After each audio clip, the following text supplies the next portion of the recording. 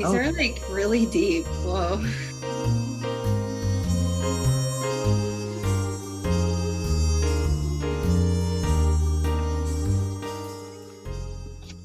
Hi, Hey, hey, how are you doing?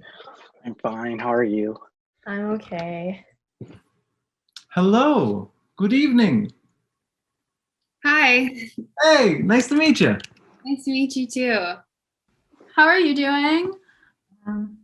I'm pretty well, I think. It's a good Friday so far. Shall we try some of these questions? Sure.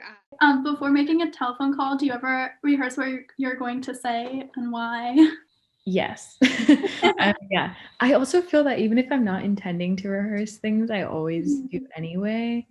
Like before this, in my head, I like thought of random things that like could, yeah.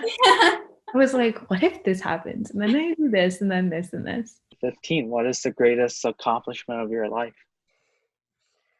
Oh God, I hope I haven't experienced the greatest accomplishment in my life yet.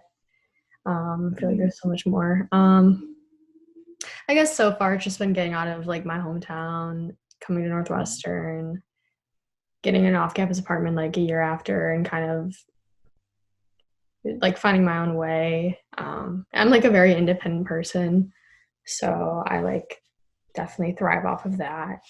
Who would be your dinner guest? I haven't figured that out because they're like the cop-out answers of like Gandhi and Martin Luther King Jr. And you can try to figure out how much, to what extent Lincoln actually was pro-abolition, not just anti-slavery. Wow, I did not think very deeply about that question. I was really like, I mean, hey, they would be rad. Maddie Patinkin. Whew.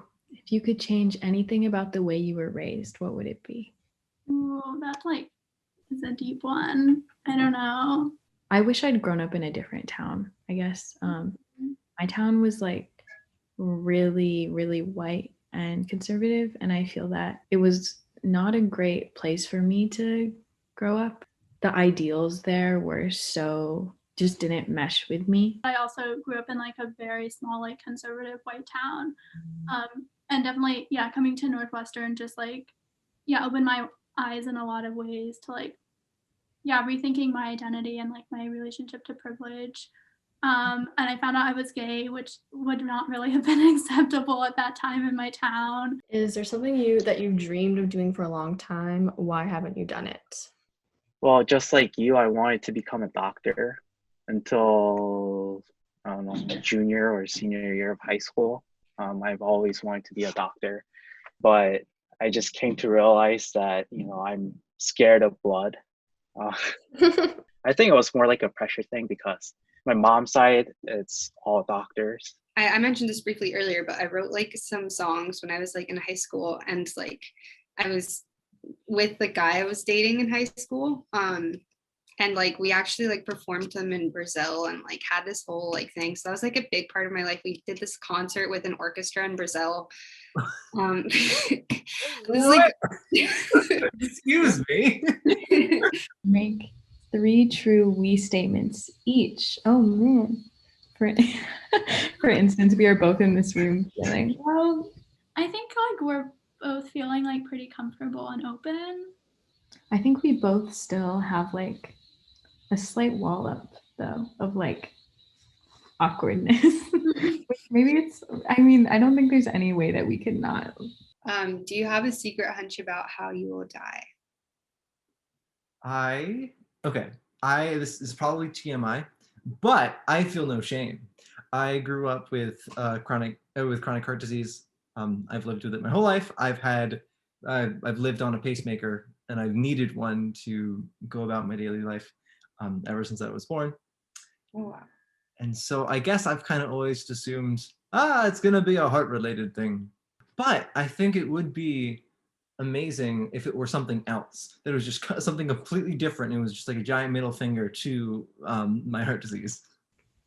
I feel nowadays people really value like being nonchalant. Maybe they always did, or like being like aloof semi. I don't know. It's like a thing. You're like cool if you do that. But like your email that you sent to me made me feel like you genuinely cared and were like excited to meet me, and I really value that because I feel that a lot of people try not to let that on, and it made me feel so nice. I think you seem like really like reflective, or like willing to like think deeply about like your past experiences or your life, or just like your just like how you talked about your relationships and like your past relationships with friends and stuff. And I think that's so cool, and I think that's like really like so important to have that like self-reflection. Like you seem to like know yourself really well, and like seem to like know kind of what you want.